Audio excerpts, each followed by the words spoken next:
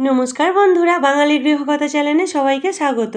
आज के तुम्हारे संगे पुई शाक चिंगड़ी रेसिपि शेयर करब। गाँटी कचु दिए पुई शाक चिंगड़ी रेसिपि। पुई शाकेर पाता किभाबे सबुज थाके रान्नार परेও सेई टिप्स समेत এই रेसिपिटी তোমাদের संगे शेयर करलाम। एखाने आलादा आलादा करे सब केटे निয়েছি।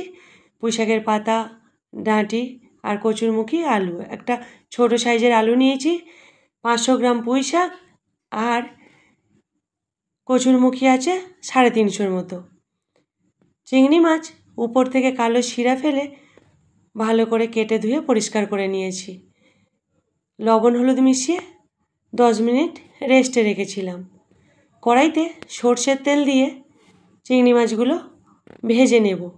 बेशी कड़ा करे भाजा जाबे ना। चिंगड़ी माछ बेशी कड़ा करे भाजले लाल लाल करे आर कि भाजा जाबे ना। लाल लाल करे भाजले शीटे हो जाए, अनेकटा माने शक्त हो जाए। एरकम मीडियम भेजे तुले निलाम। आरो एकटू सर्षेर तेल ऐड करलाम। 5 फोड़न दिलाम फोड़नेर जोन्नो। একটা বড় সাইজের পেঁয়াজ কুচিয়ে রেখেছিলাম দিলাম। পেঁয়াজটা বেশ লাল লাল করে ভেজে নেব। 4টে কাঁচা লঙ্কা দিলাম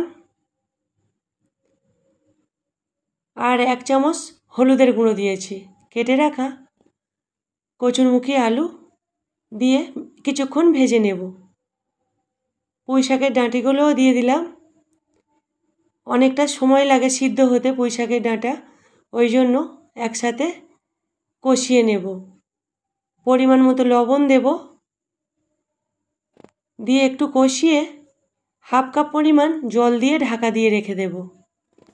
ঢাকা দিয়ে 5 মিনিট মিডিয়াম আঁচে ফুটিয়ে নিলাম। ভেজে রাখা চিংড়ি মাছ দিলাম। এবার পুঁই শাকের পাতাগুলো দেব। পুঁই শাকের পাতা দেওয়ার পরে গ্যাসের ফ্লেম কিন্তু মিডিয়াম টু লোতেই রাখতে হবে।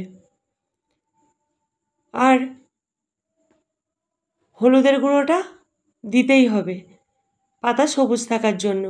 1 কাপ পরিমাণ জল দিয়ে পুঁই শাকের পাতা দিয়ে ভালো করে নাড়াচাড়া করে নিয়ে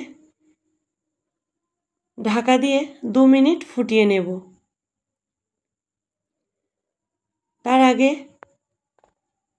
স্বাদ অনুযায়ী চিনি দিলাম। চিনিটা তোমরা নাও দিতে পারো, ওটা স্কিপ করতে পারো, ওটা অপশনাল। স্বাদটাকে ব্যালেন্স করার জন্য আমি এখানে চিনি একটু মিষ্টি ব্যবহার করেছি। ঢাকা দিয়ে 2 মিনিট ফুটিয়ে নিয়ে